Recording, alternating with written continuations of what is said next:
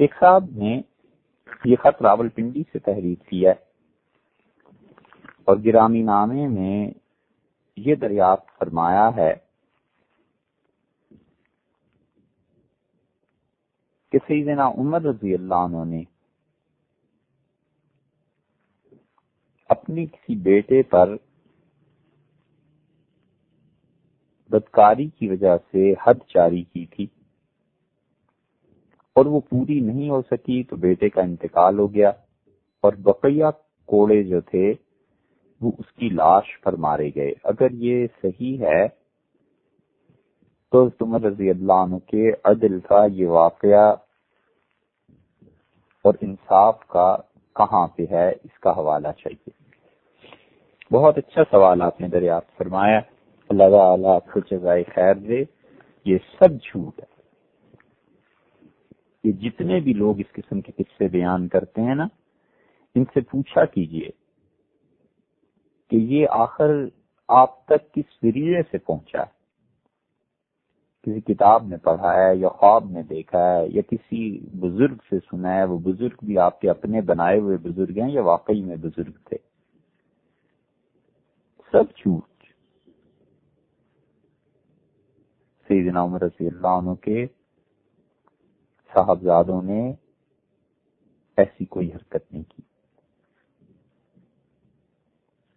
یہ تو حوالہ نہیں ملے گا کہ یہ قصہ کہاں لکھا ہے، یہ حوالہ ضرور مل جائے گا کہ یہ قصہ ایک مدت سے عرصے سے مشہور ہے اور محدثین اپنے اپنے دور میں کہتے رہے ہیں کہ یہ جھوٹ ہے۔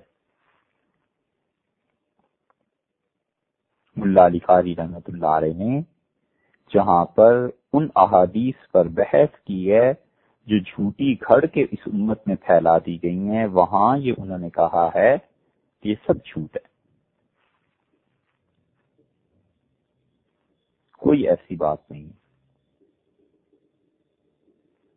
سیدنا عمر رضی اللہ عنہ نے کسی کو ایسے اپنی بیٹوں میں سے درے نہیں لگائے، اور فرض کر لیجئے ایک لمحے کے لیے کہ اگر مارے بھی تھے، فرض کیجئے تو کتنی حد لگائی ہوگی؟ 100 درے؟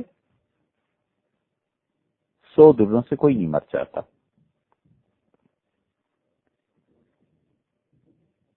100 کوڑوں سے کوئی شخص نہیں مرا آج تک پوری امت کی تاریخ میں۔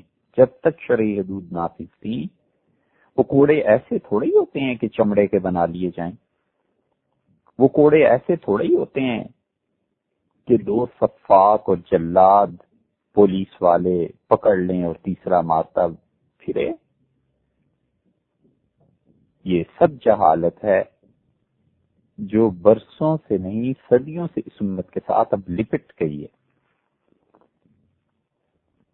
حضور اقدس صلی اللہ علیہ وسلم نے جو کوڑے متعین فرمائے تھے، سیدنا علی رضی اللہ عنہ کی روایت میں آتا ہے کہ آپ نے ایک کوڑا دیکھا اور آپ نے فرمایا اس سے نرم، اور ایک بہت نرم لایا گیا تو آپ نے فرمایا اس سے تھوڑا سا سخت، اور پھر رسول اللہ صلی اللہ علیہ وسلم نے ان کے لیے حد جو جاری فرمائی تھی تو ایسے ہی تھوڑا تھا کہ گوشت اکھڑ جائے۔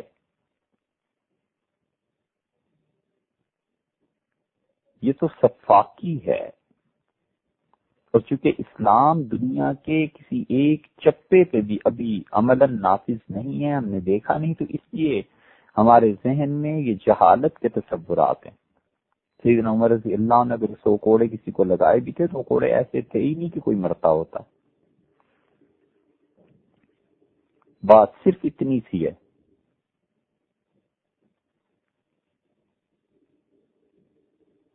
کہ حضرت عمر رضی اللہ عنہ کے بیٹے عبد الرحمن تھے، عبد الرحمن الاوسط۔ انہوں نے ایک طرح کا شربت پی لیا تھا، نبیذ اسے کہتے ہیں، اور انہیں اندازہ نہیں تھا کہ اس میں جھاگ پیدا ہو گئی ہے۔ شراب بنانے کے جو طریقے ہیں ان میں سے ایک طریقہ یہ بھی ہے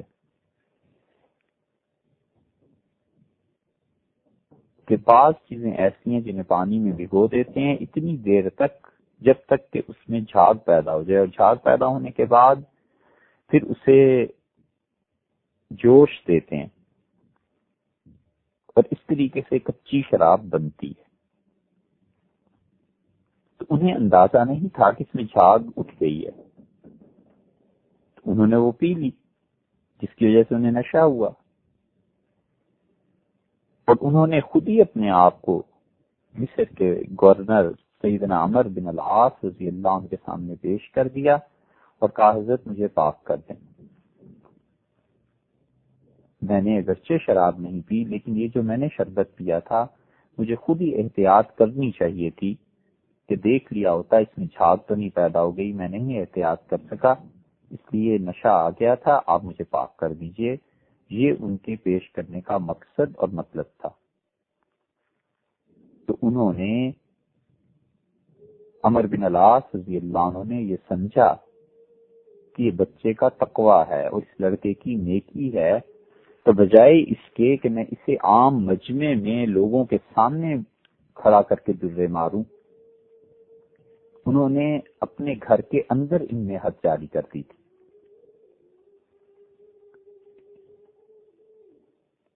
تو حضرت عمر رضی اللہ عنہ تک جب یہ قصہ پہنچا تو آپ نے تنبیہ فرمائی اور ناراضگی کا اظہار فرمایا کہ میرا بیٹا ہونے کی وجہ سے آخر کیوں اس پہ حد گھر کے اندر جاری کی گئی ہے، جیسے عام مسلمان ہوتے ہیں ویسے ہی میرے بیٹے کے ساتھ بھی سلوک ہونا چاہیے تھا. تو سیدنا عمر رضی اللہ عنہ نے مدینہ منورہ جب ان کے یہ صاحبزادے تشریف لائے ہیں، حاضر ہوئے ہیں خدمت میں، تو امیر المومنین رضی اللہ عنہ نے دوبارہ حد جاری کی تھی سب مسلمانوں کے سامنے.